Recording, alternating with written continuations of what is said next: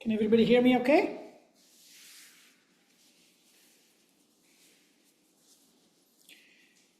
KZ.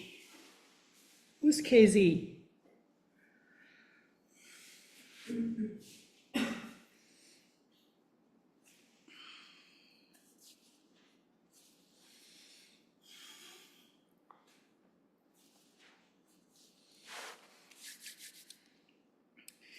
Well, thank you for joining me today. For me, it's always interesting to observe the energies of the day. And sometimes we feel like things are just happening. Some days people feel it's a specific way. And many people just brush it off. Oh, it's just how they are. It's just how it is. No, nothing is that.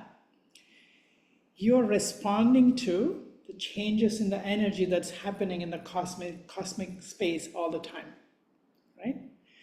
So when some energy comes into your life, if you're not acknowledging it and responding to it, that energy will change how you feel. Does it make sense? Think of it just like you're in the water, right? If you're not taking conscious steps or conscious movements towards the water will carry you wherever you want to go, or wherever the water wants to go, right?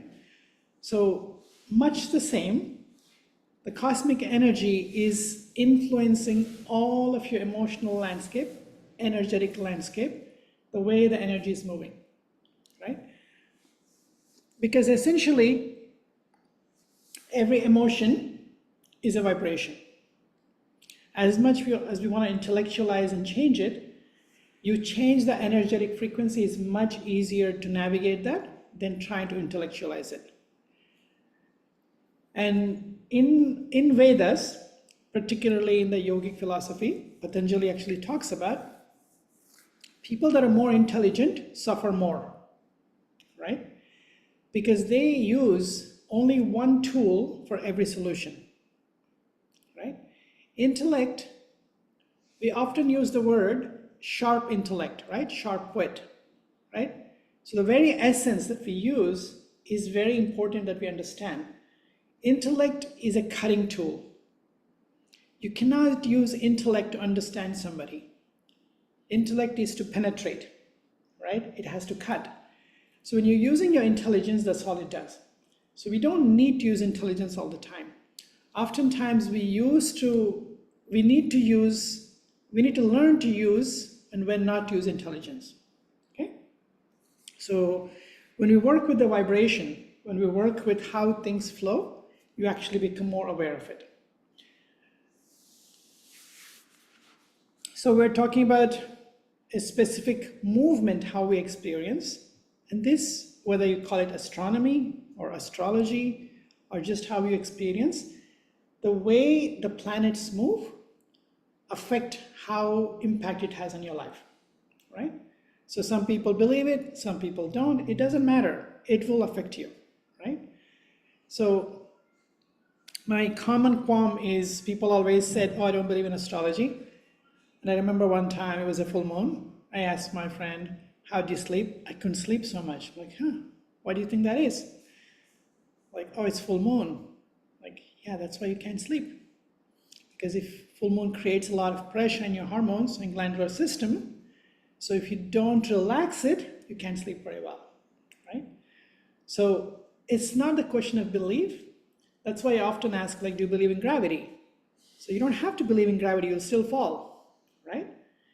So on a smaller scale, on a subtler scale, gravity is the effect of one planet to the other, yes? So gravitational force from the Earth to the moon and moon to the Earth, right? The reason oceans are the way they are is because of the moon. If you take away the moon, they say there won't be any water left on the Earth, right? So we may think the smaller the planet or the object doesn't have an influence, but that small sometimes is actually making the big work, okay? So we don't want to diminish any of the astrological calculations that we have come to accept, nothing came out in 1 or 2 years.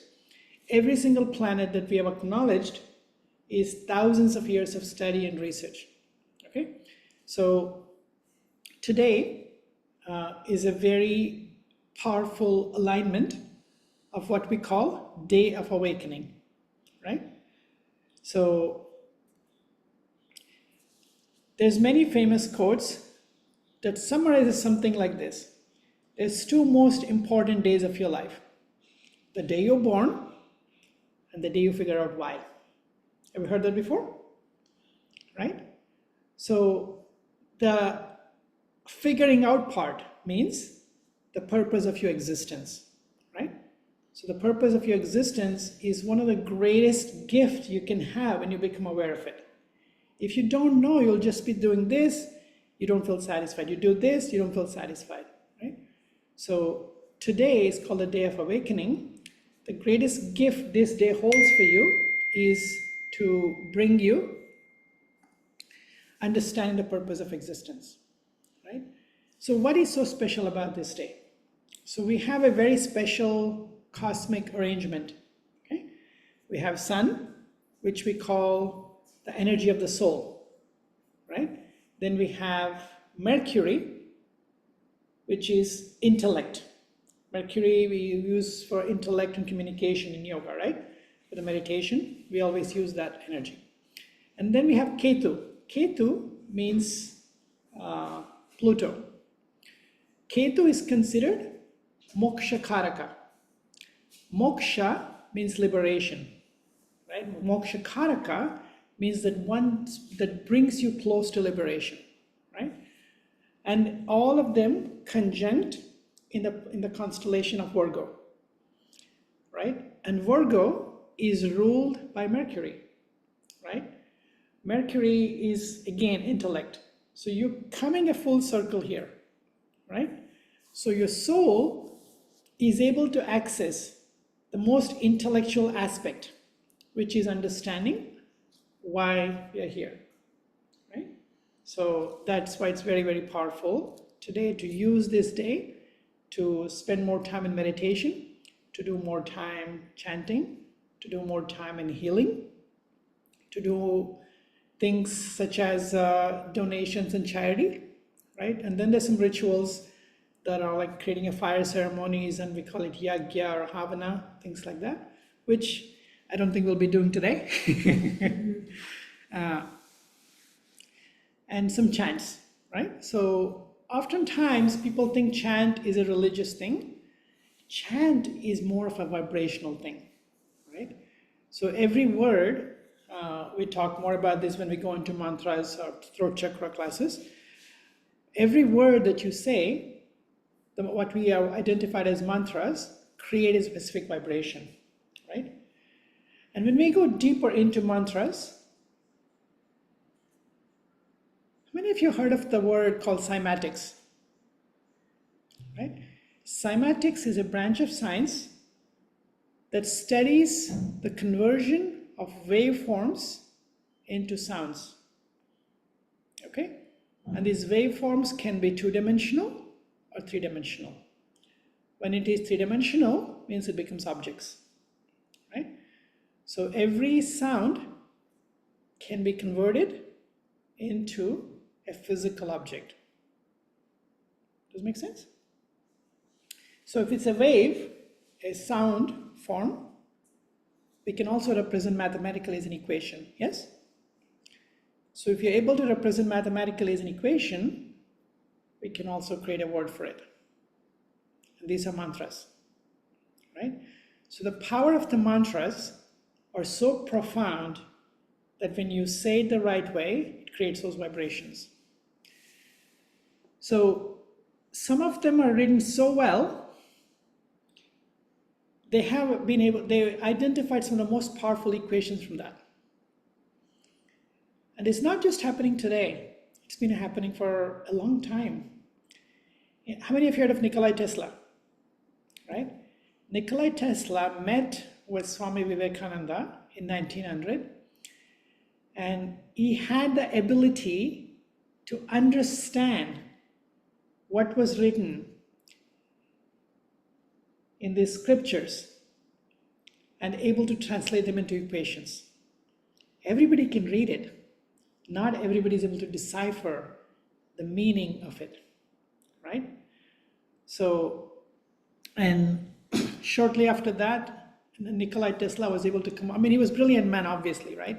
There's no doubt there, but he was able to get more from the Vedanta scriptures than he had ever before, right? So there's many things, like I think some of you may remember this movie that recently came out, Oppenheimer, right? He was also studying Bhagavad Gita, right? So one of the very interesting things about the Vedic spirituality, there's no separation of spirituality from science. Spirituality actually means science in the Vedic tradition, right? Because spirituality is incorporation of your life. It includes all aspects of it, all aspects of life, whether it's technology, whether it's food, whether it's your health, whether it's your biology, your nature, and how to build a house. All of them are part of spirituality, right? So including to the fact, we talk about this, especially if you're an architect, it's very common in India to build houses based on the flow of energy, right? Which side of the house you sleep on, which side should be the kitchen, which side should be the bathroom, where you're gonna put the water storage. All of them changes how you feel when you're living in a house.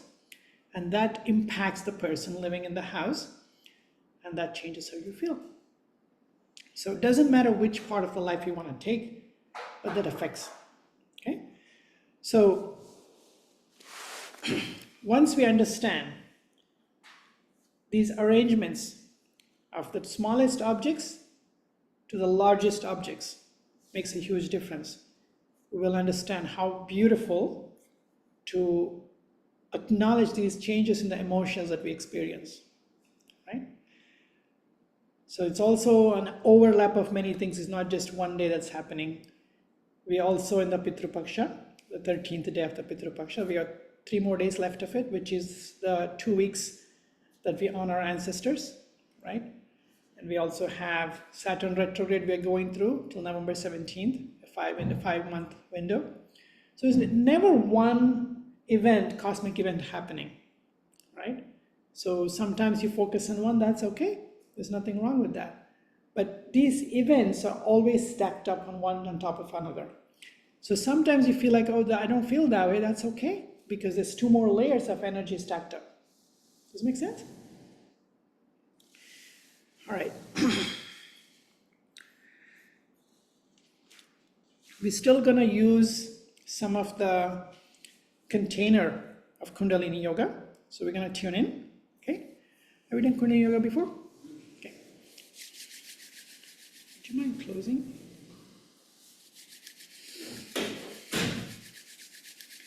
All right. Everybody's been here, I'm assuming. So let's tune in, please. We're going to tune in with the mantra Om Namo Gurudev Namo. Inhale. Exhale. Inhale. Exhale.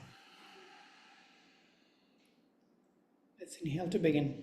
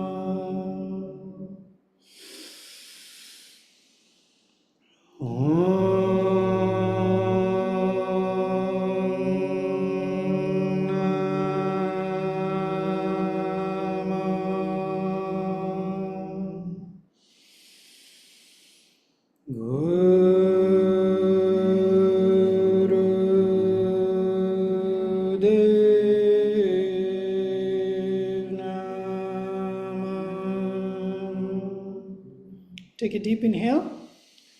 Hold your breath. Make an intention, please. And exhale. Please inhale and repeat after me. Mahadgure Namae. Jugadgure Namae. Sadgure Namae. Siri Guru. Devai Namae. Inhale. Exhale. And relax. So because we're talking about how these planets are aligned, it is also a very easy access to the day where we can awaken our intuition, right? So we're going to do a Kriya to help with the intuition, okay?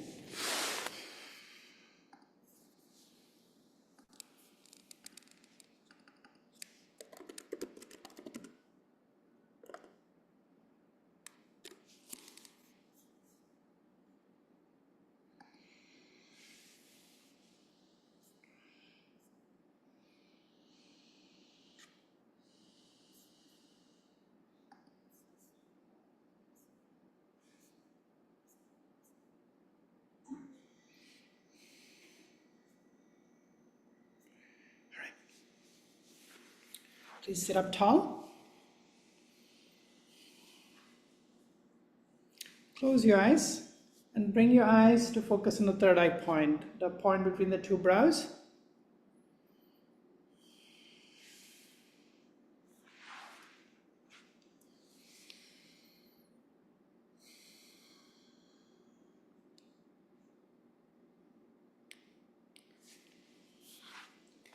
Bring your left hand into Gnan Mudra on your knees.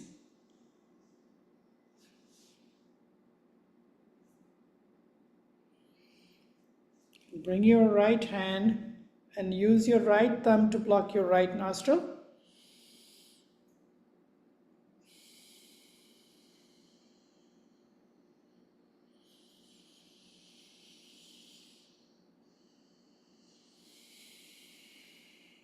Inhale and exhale through the left nostril, please.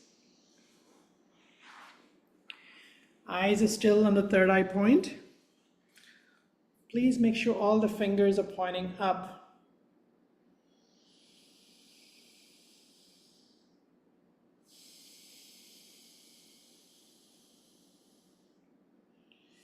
Keep your left hand in Gnan Mudra, thumbs and index finger touching.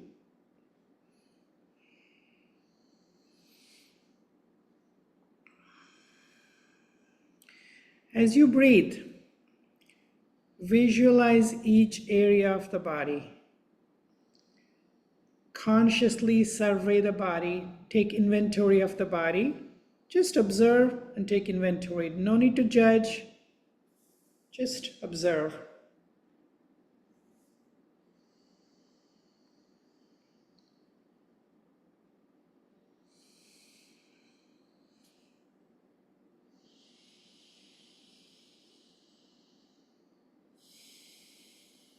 Be very systematic and thorough. As you inhale, the prana goes into it and just observe.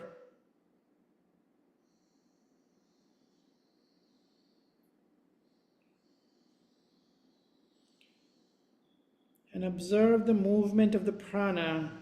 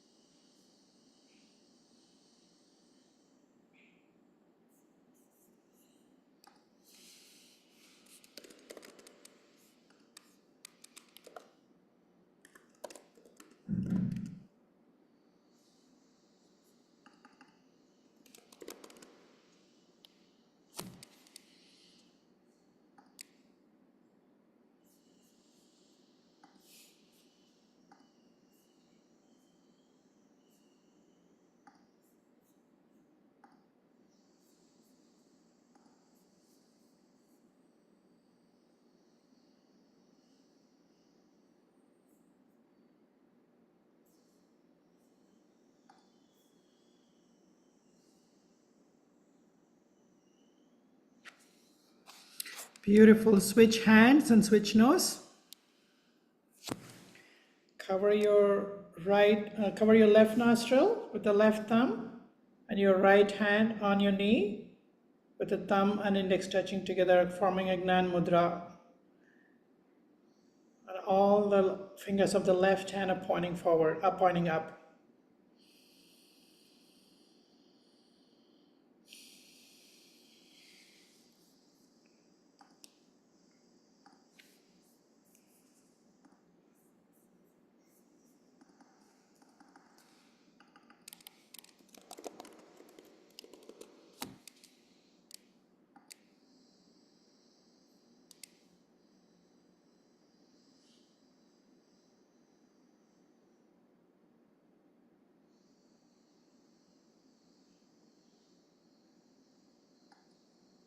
La mejor.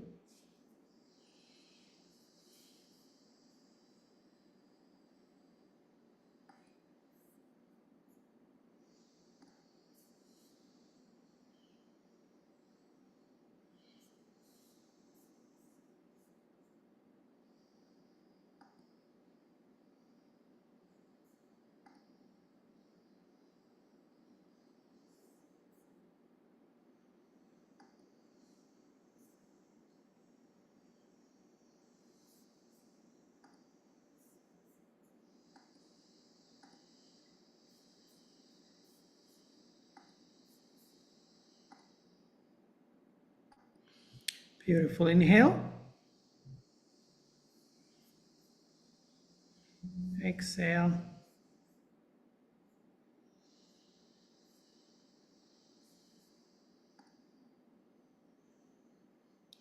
And relax.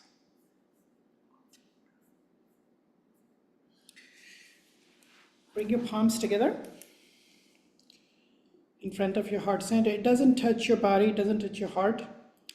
So apply about 5 to 10 pounds of pressure into your arms, okay? Sit up tall, close your eyes.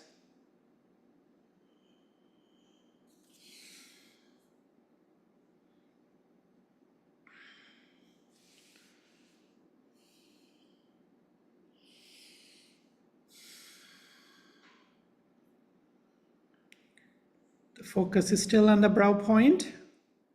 Breathe long and deep.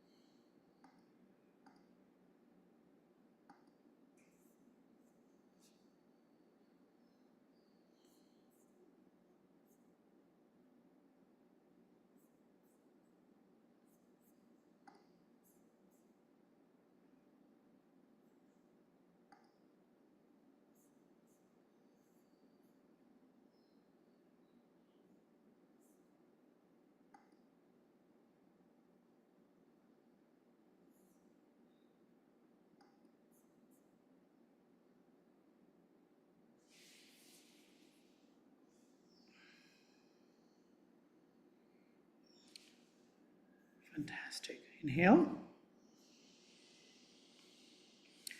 Bring your arms to 60 degrees immediately.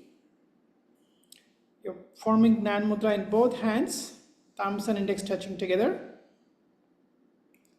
The palms are facing towards each other. Don't bend the wrist. Keep your wrist in line with the hand. Just breathe long and deep. No bend in the elbows, please. Great posture, everyone. Beautiful job. Stay with it. Excellent, excellent. Great posture.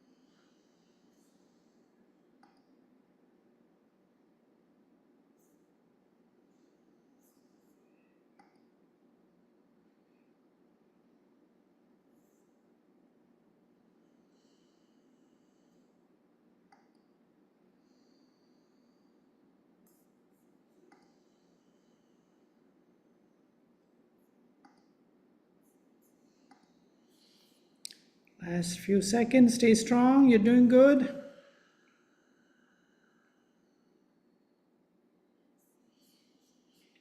Beautiful. And bring your hands straight down from there onto your knees. Bring your eyes a little lower from your third eye to the tip of the nose.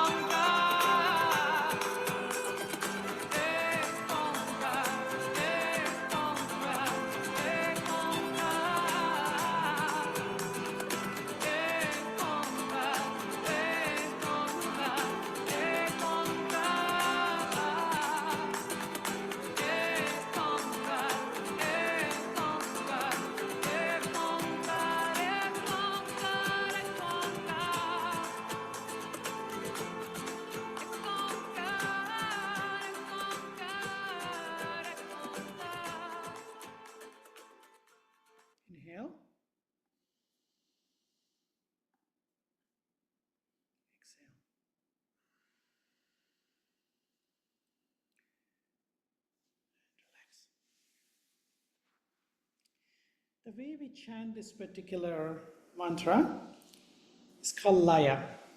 Right? Laya. It's also called Laya Yoga. There's a whole type of yoga called Laya Yoga. You chant everything in a specific way. Oftentimes people think Laya means just chanting. Laya, there's a word in, let's say, Sanskrit or many languages in India where we use alaya. Right? Alaya means a house. Right? Nilaya, alaya, they all means like a house, like you know how we call casa in Mexico or hacienda, all of these, something similar, alaya, right? So a is always creating the opposite of the word of the meaning. So if you take away the a, it means laya. So what does a house mean? House means it holds, it contains, right? Gives you the boundaries. So laya means boundless. Does that make sense? So when we say Laya Yoga, it's creating a yoga without bounds. And when you're chanting this, like Ekonkara, Satnama, Sirivaha, Hey Guru, right? Is a 3-step process. Like you're creating movement of the Kundalini Shakti going through the 3 steps, right? So this is a very simple, but you can chant this. There's no limit on how long you can chant. And there's a very strong correlation between Laya Yoga, then Bhakti Yoga, and then Nada Yoga, right? Nada is also like a form of sound and a vibration that you call. It's like a flowing energy that moves, right? And there's all interconnection because when you're chanting, you just go into such a deep state of devotion. It awakens the devotion in you, right? And if you go the other way, if you go into devotion, you just start humming, you start singing. You don't even know the words, but you just start singing. You don't even know the sounds, but you start making these sounds, right? These sounds are coming because of the arrangement of elements in our body, right? And yes, we put into some words, so we create a flow. But even if you don't know any of the words, you just have some devotion, it starts coming out. And oftentimes people say devotion towards God, right? So devotion is not towards anybody else. Please remember that devotion is only for you. You use it towards God, so it brings up in you. So once you create the devotion towards God, you embody the devotion in your body. Then you can put that to your partner, towards your job, towards your kids, anything you want, right? So devotion is not something that you put it outward. Devotion is a vibrational quality that you build up.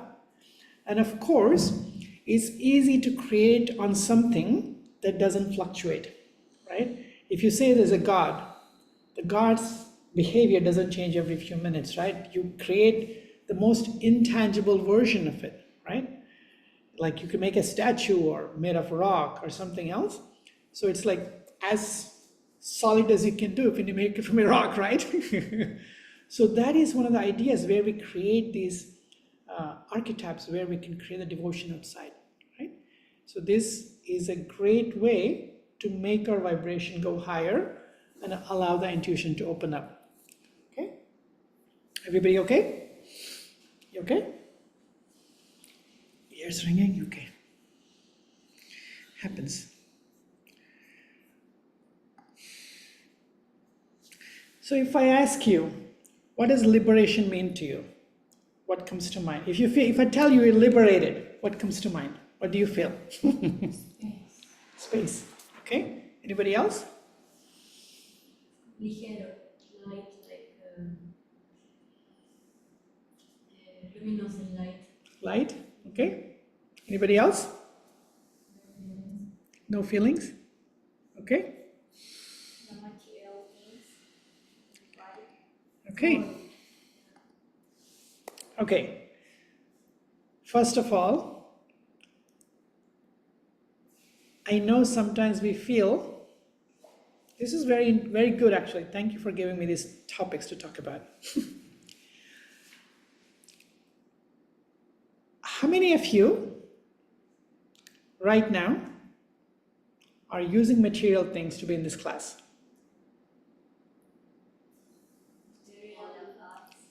How many of you are using material things to be in this class? Even our bodies are material. We're one. Exactly, right? So your body is a material, okay? And there's hundreds of things or thousands of things you could be doing right now, right? But you decided to come to this class. What was the reason for that? You felt you wanted to come here. Yes? So please, my invitation is, don't think body is your limitation. Okay? It's a gift. Okay? And your feelings and your emotions are not a limitation either.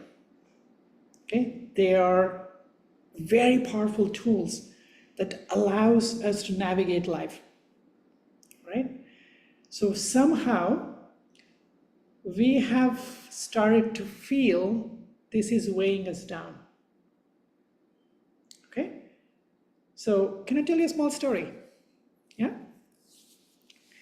So there's a old man and his son, young and fit and strong. They decide to work at a farm and they're happy with the work, so they gave this person a donkey.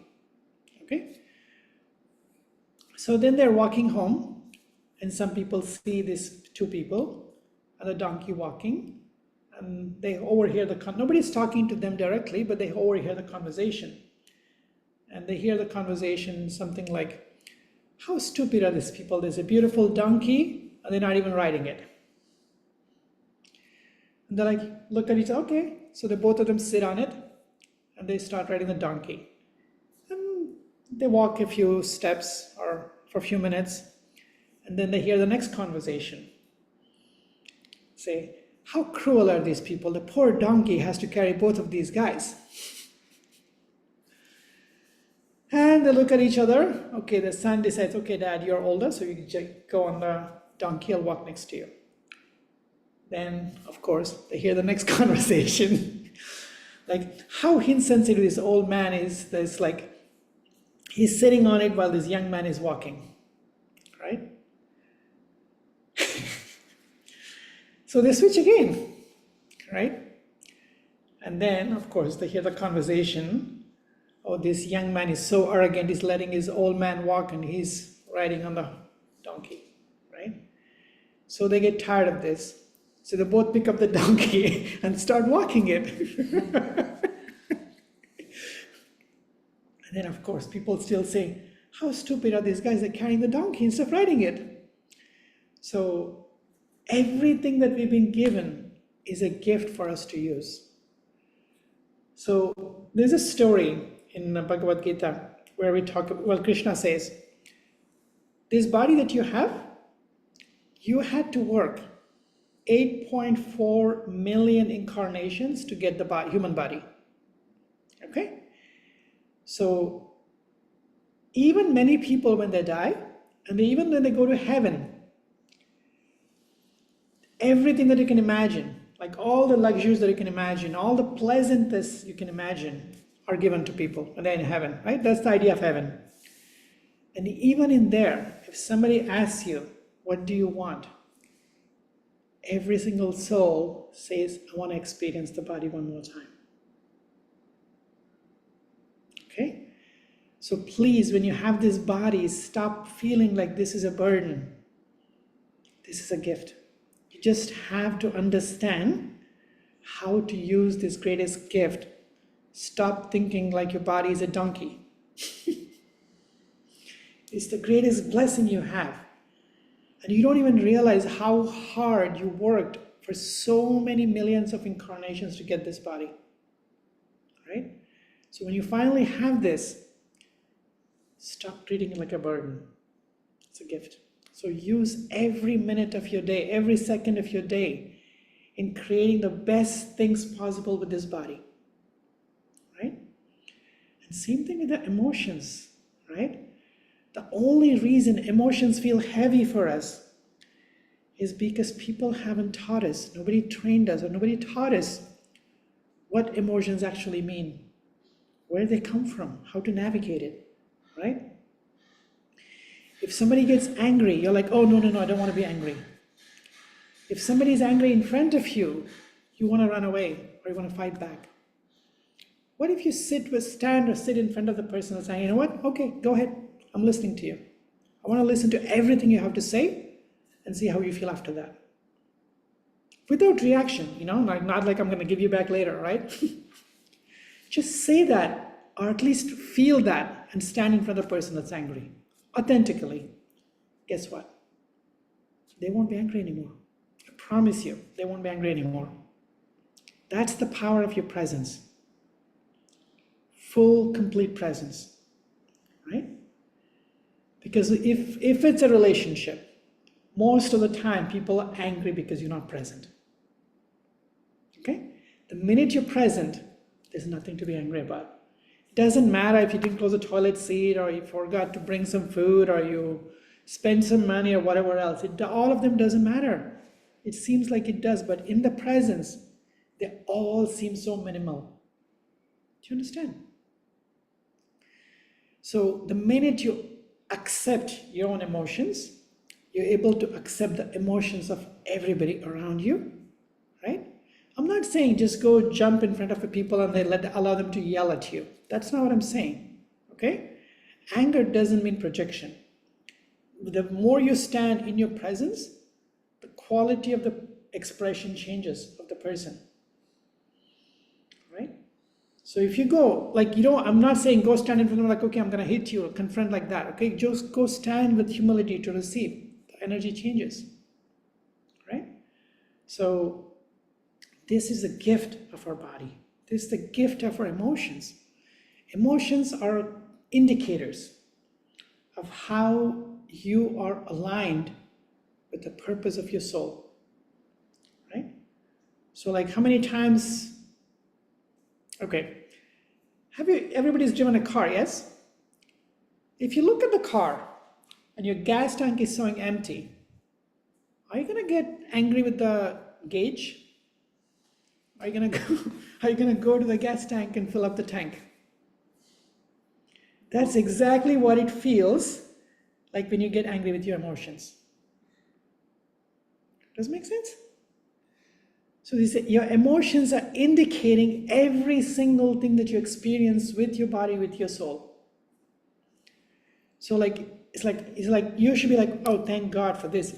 Because what happens if you didn't have the gas gauge, it will be empty and you don't know why it's empty. Right? So apply the same thing to your body, same thing to your mind, same thing to your direction of your life.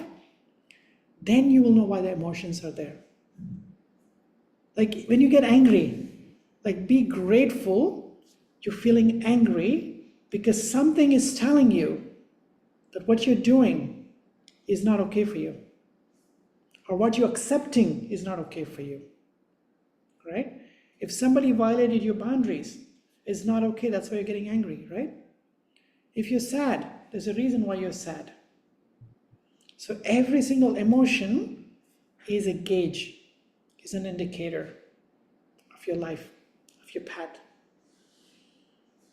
The minute you understand that, you will be so grateful that you have these emotions, right? And same thing with sensitivity, right? So the way you can measure with more precision, you can navigate life with more precision, okay? So the more sensitive you are, you have to use it differently, okay? Oftentimes, I've seen so many people, they're very sensitive and they're struggling and hurting themselves trying to be sensitive. They don't know what to do with it, okay? I'll give you a simple example. Do you know how much a pound of steel costs? I don't either, but let's say $100, okay? And if I make those steel into bolts and screws, I can probably sell that for like $500, the same 1 pound of steel or iron, okay? Agree? The value increased because of what I made.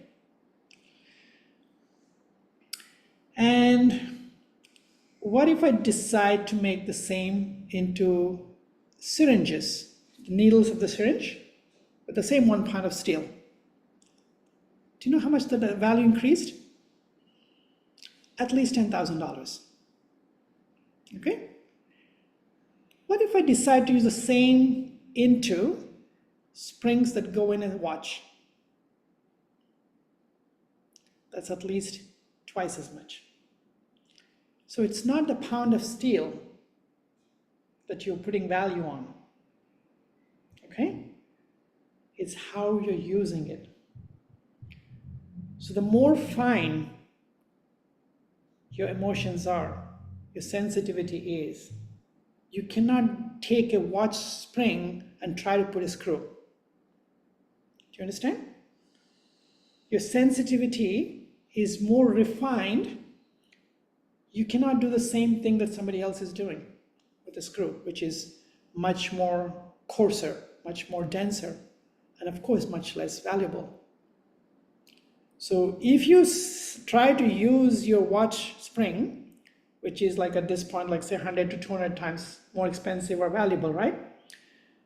Into a screw, you think, oh, my screw, I don't have this ability to put the screw in this thing, because your sensitivity is not designed for that.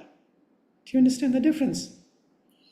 So please, when you feel more sensitive, start complaining, I'm oversensitive, I'm hypersensitive. You need to understand where your value is. The minute you understand that, then you feel such a gift of your sensitivity, such a great use of your sensitivity, instead of feeling it's a burden. Right? Because if you're only looking at places that where you're not able to use that gift, you feel like, okay, I don't want this, I just want some screws. Does it make sense? Do you understand how valuable your sensitivity is now? And how precious this human body is? Yeah? So, with that in mind, what is liberation?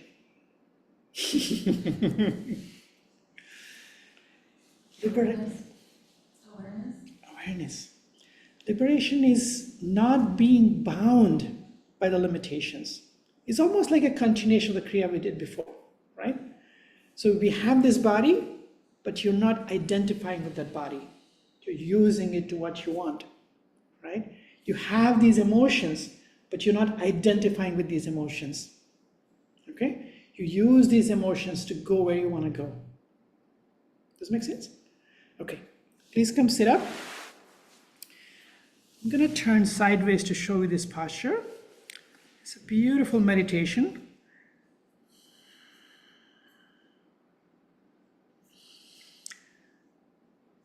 So close your eyes for a minute.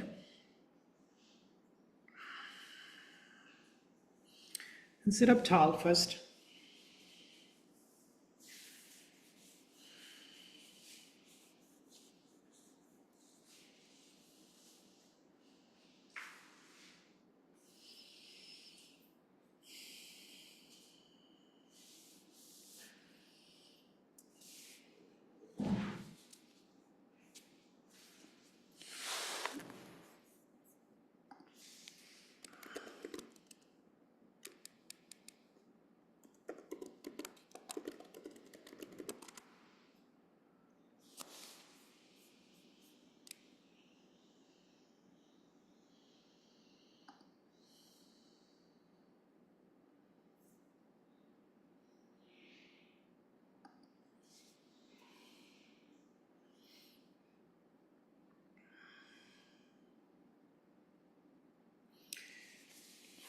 So bring your right hand 60 degrees forward, palms facing down, and left arm 60 degrees back, palms facing up.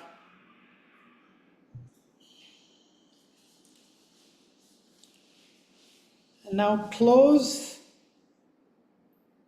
the middle finger, ring finger, and the little finger. Close down with your thumb. So the only finger that's extended is your index finger.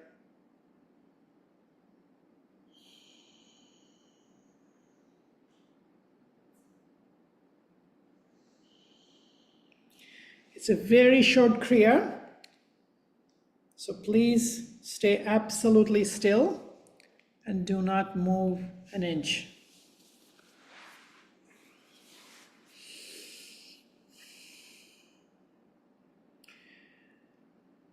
And if you want to focus your eyes at the tip of the chin, we call it a moon point,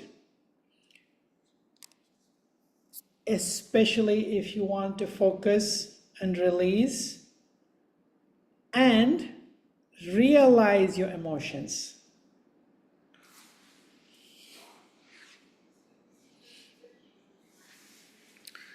Also be aware of your breath.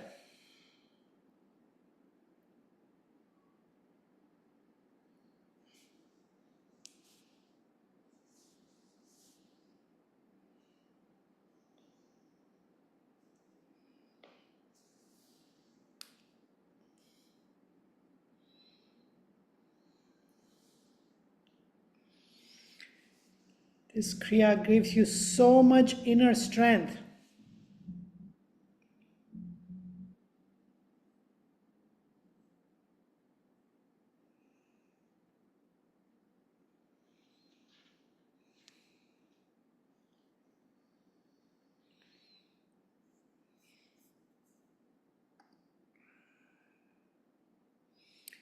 Beautiful posture, everyone. Great job. No bend in the elbows, 60 degrees, please. It almost feels like the arm that's in the front and the arm that is in the back forms a straight line.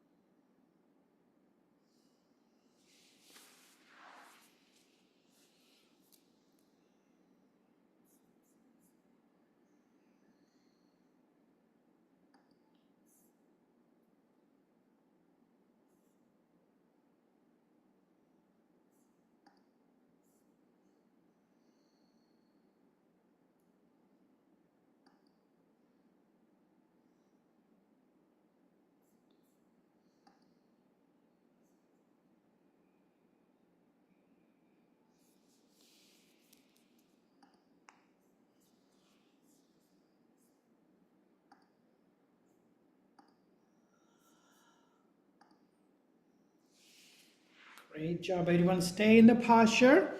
The only thing that's going to change is you're going to open your little finger. Release your little finger.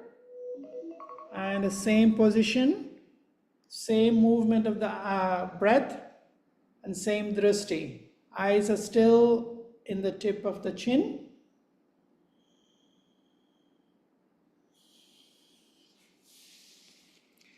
We call this your Mercury finger. The little finger corresponds to the energy of the Mercury, the little finger.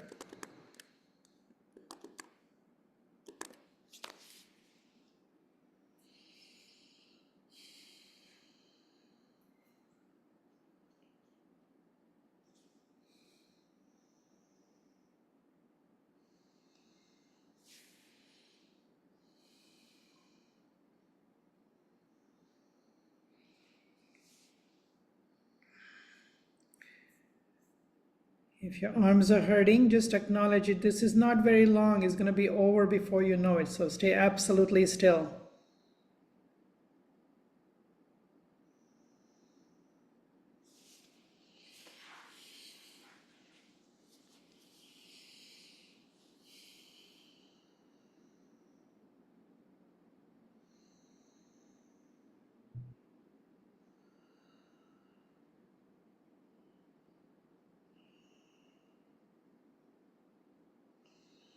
Stay with it. Don't open your eyes. Stay absolutely still. Eyes are closed. Stay with the 60 degrees. Do not move your hands.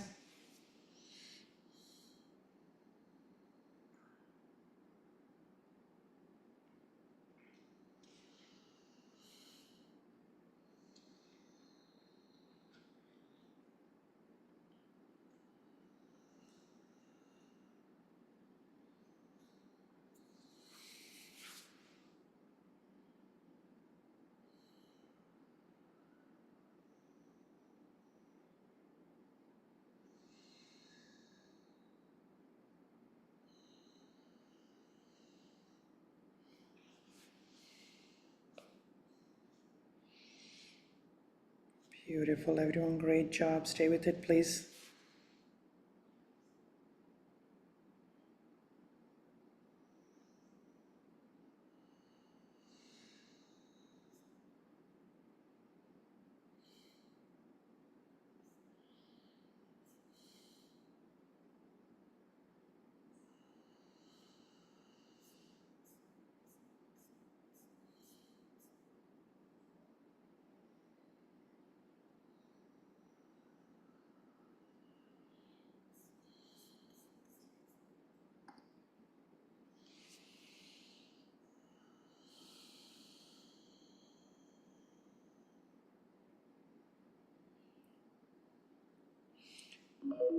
Beautiful. Now open all the fingers.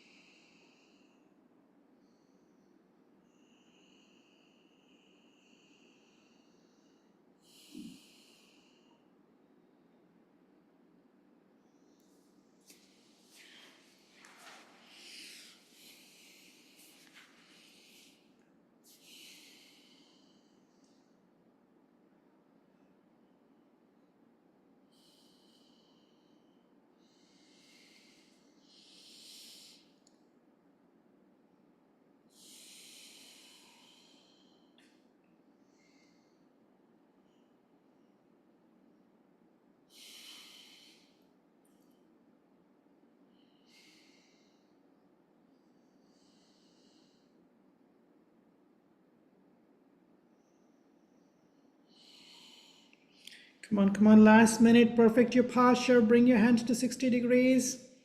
I know it's probably hurting, but don't worry, it will be gone in a few seconds.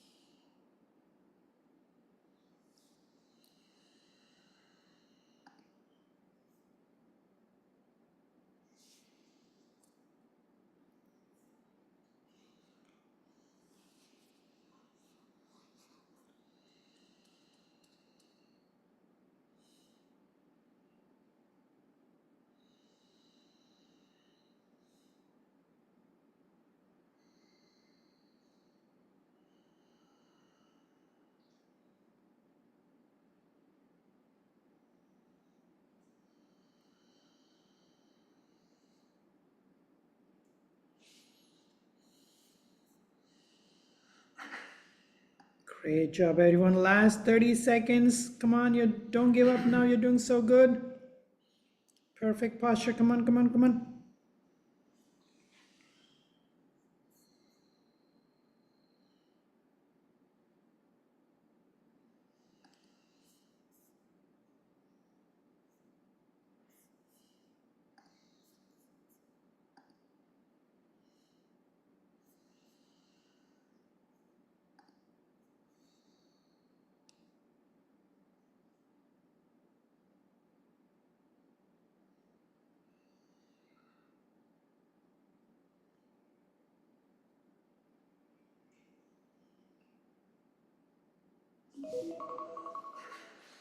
Inhale. Hold, hold, hold, hold, hold, hold. Stretch, stretch, stretch, stretch, stretch, stretch, stretch. Exhale. Relax.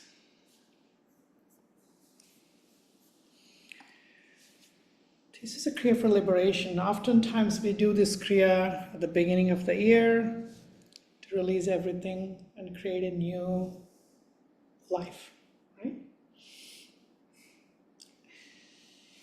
So it's 3, 3, and 3, 9 minutes. That's all it is.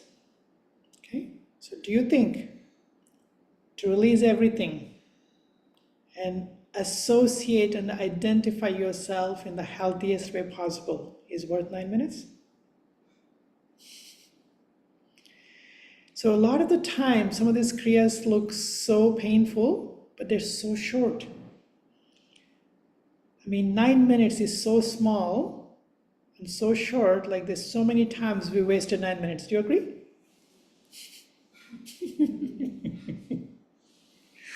So give yourself this, right? Give yourself this. Some of the kriyas are so small, so short.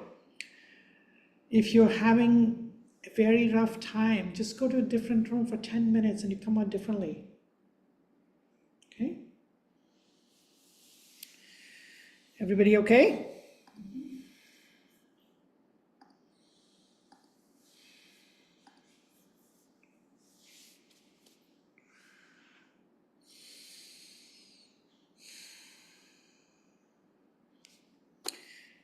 We almost finished an hour and more than an hour and 10 minutes already. I thought it was going to be class going to be enough. Can we go a little bit longer? Anybody's in a time crunch?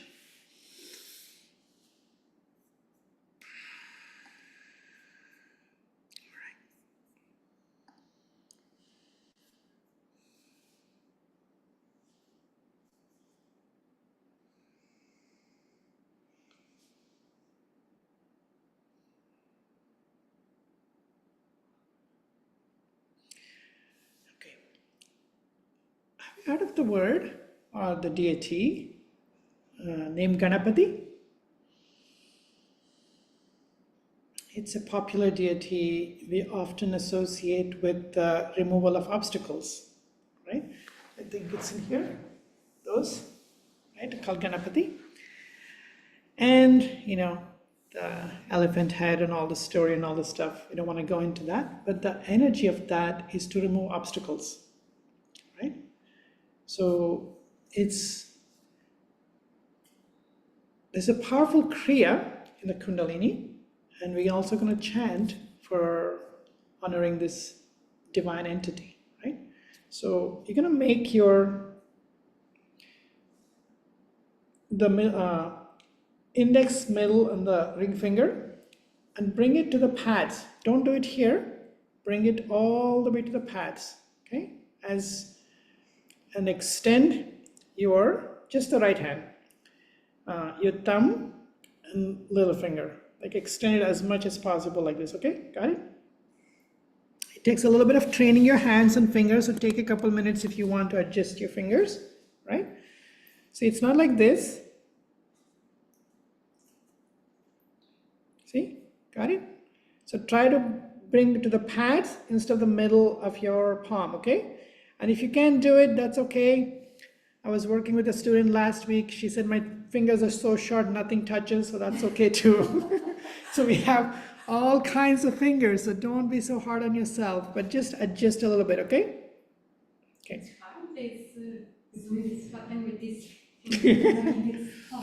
Okay, this is so interesting for me to observe, including myself. When I'm feeling really strong, my fingers are so much more flexible. Okay? When I'm having a hard time or holding on to things, my fingers get stiffer, it doesn't bend as much. Look at this, 1, 2, 3 segments. Every finger has 3 segments. And the entire idea that we have been given these fingers is supposed to fold. 3 folds. How many times in a day do you actually fold your fingers? Very, very few. Very, very few. So we are using less and less and less of our body, and less and less and less of our mind.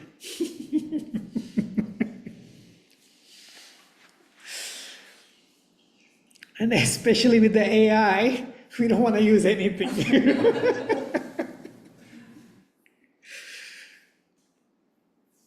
All right. So your right hand, you can keep it, your left hand, you're going to keep it in the Gnan Mudra, thumbs and index on your knees. Your right hand, you're going to come, see, it's very important to keep this parallel to the ground, the forearm.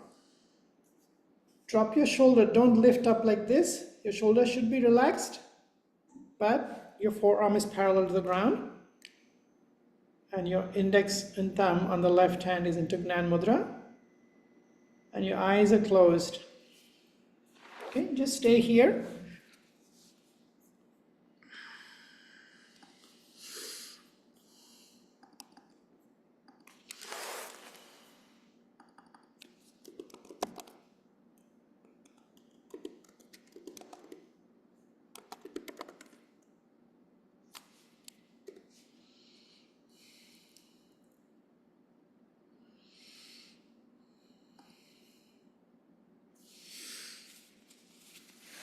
is not very long. So keep your arms parallel. Close your eyes. Close your eyes. You're pushing your thumb into third eye point. You can push a little bit.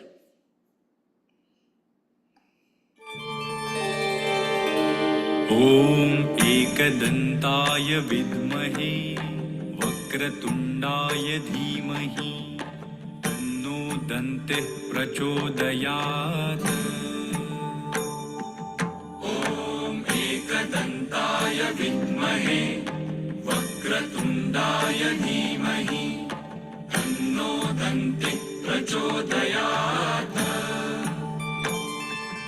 ॐ एकदन्ताय विद्महे वक्रतुण्डाय धीमहि तन्नो दन्तिः प्रचोदयात् ॐ एकदन्ताय विद्महे वक्रतुण्डाय धीमहि तन्नो दन्तिः प्रचोदयात् एकदन्ताय विद्महे वक्रतुण्डाय धीमहि तन्नो दन्तिः प्रचोदयात् ॐ एकदन्ताय विद्महे वक्रतुण्डाय धीमहि तन्नो दन्तिः प्रचोदयात् ॐ एकदन्ताय विद्महे वक्रतुण्डाय धीमहि तन्नो दन्तिः प्रचोदयात् ॐ एकदन्ताय विद्महे वक्रतुण्डाय धीमहि तन्नो दन्तिः प्रचोदयात् ॐ एकदन्ताय विद्महे वक्रतुण्डाय धीमहि तन्नो दन्तिः प्रचोदयात् एकदन्ताय विद्महे वक्रतुण्डाय धीमहि तन्नो दन्तिः प्रचोदयात् Off the right hand and squeeze. ॐ एकदन्ताय विद्महे वक्रतुण्डाय धीमहि तन्नो दन्तिः प्रचोदयात् ॐ एकदन्ताय विद्महे वक्रतुण्डाय धीमहि तन्नो दन्तिः प्रचोदयात् ॐ एकदन्ताय विद्महे वक्रतुण्डाय धीमहि तन्नो दन्तिः प्रचोदयात् ॐ एकदन्ताय विद्महे वक्रतुण्डाय धीमहि तन्नो दन्तिः प्रचोदयात् ॐ एकदन्ताय विद्महे वक्रतुण्डाय धीमहि तन्नो दन्तिः प्रचोदयात् ॐ एकदन्ताय विद्महे वक्रतुण्डाय धीमहि तन्नो दन्तिः प्रचोदयात् ॐ एकदन्ताय विद्महे वक्रतुण्डाय धीमहि तन्नो दन्तिः प्रचोदयात् ॐ एकदन्ताय विद्महे वक्रतुण्डाय धीमहि तन्नो दन्तिः प्रचोदयात् ॐ एकदन्ताय विद्महे वक्रतुण्डाय धीमहि तन्नो दन्तिः प्रचोदयात् ॐ एकदन्ताय विद्महे वक्रतुण्डाय धीमहि तन्नो दन्तिः प्रचोदयात् ॐ एकदन्ताय विद्महे वक्रतुण्डाय धीमहि तन्नो दन्तिः प्रचोदयात् ॐ एकदन्ताय विद्महे वक्रतुण्डाय धीमहि तन्नो दन्तिः प्रचोदयात् ॐ एकदन्ताय विद्महे वक्रतुण्डाय धीमहि तन्नो दन्तिः प्रचोदयात् ॐ एकदन्ताय विद्महे वक्रतुण्डाय धीमहि तन्नो दन्तिः प्रचोदयात् ॐ एकदन्ताय विद्महे वक्रतुण्डाय धीमहि तन्नो दन्तिः प्रचोदयात् Inhale. Press a little harder into your forehead. Exhale. And relax.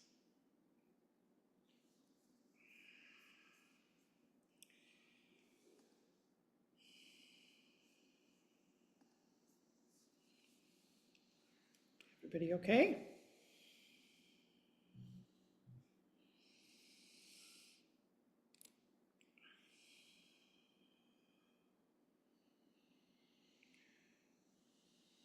So the rest of the day, I want you to ask yourself, what are your gifts? Okay? And please let go of the idea anything material is bad. If your gift is to make money, be okay with that. Okay? If your gift is to eat really good food, be okay with that. If your gift is to cook really good food, be okay with that too. Right? Everything spiritual, when it coalesces and condensates, becomes material.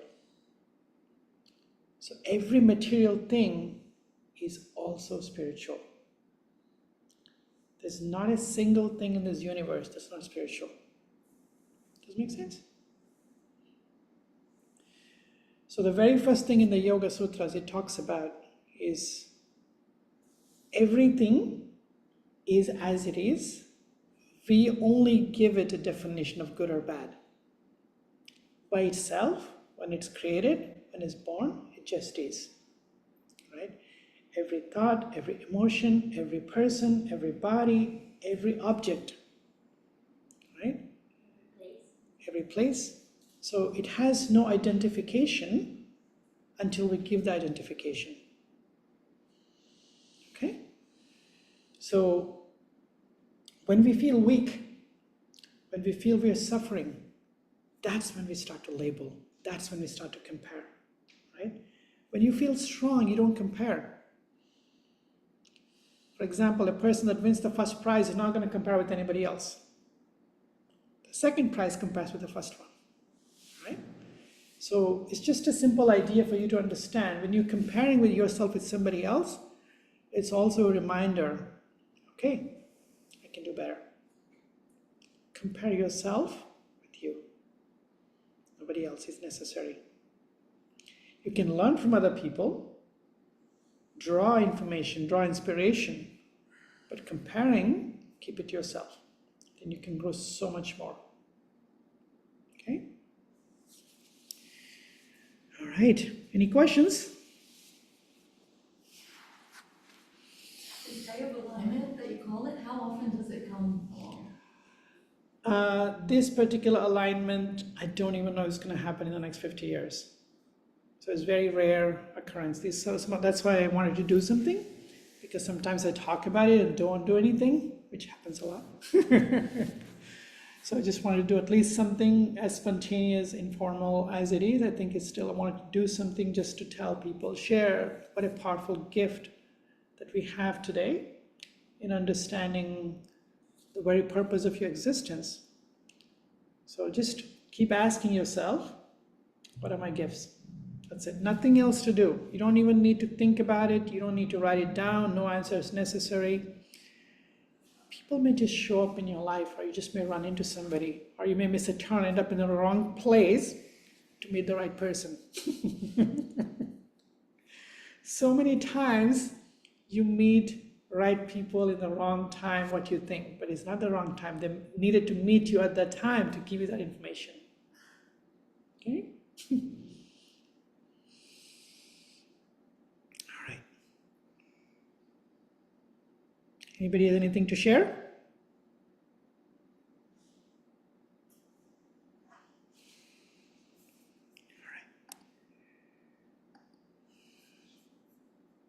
Bring your hands together. Inhale.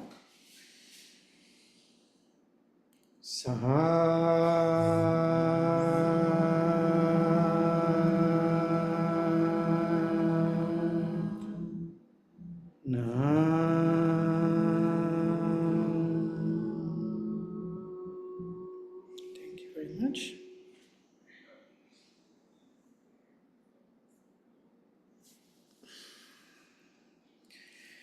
Have a beautiful day, everyone.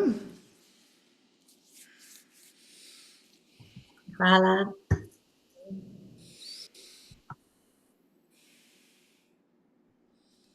Thank you, Prakash. Thank you. Thank you. Thank you, Prakash. Thank you, Prakash. So good to see you. Everybody's back in their homes and stopped traveling, huh? Yeah. Alignment. Yes. Let's catch up soon. Yes. Thank you. Thank you.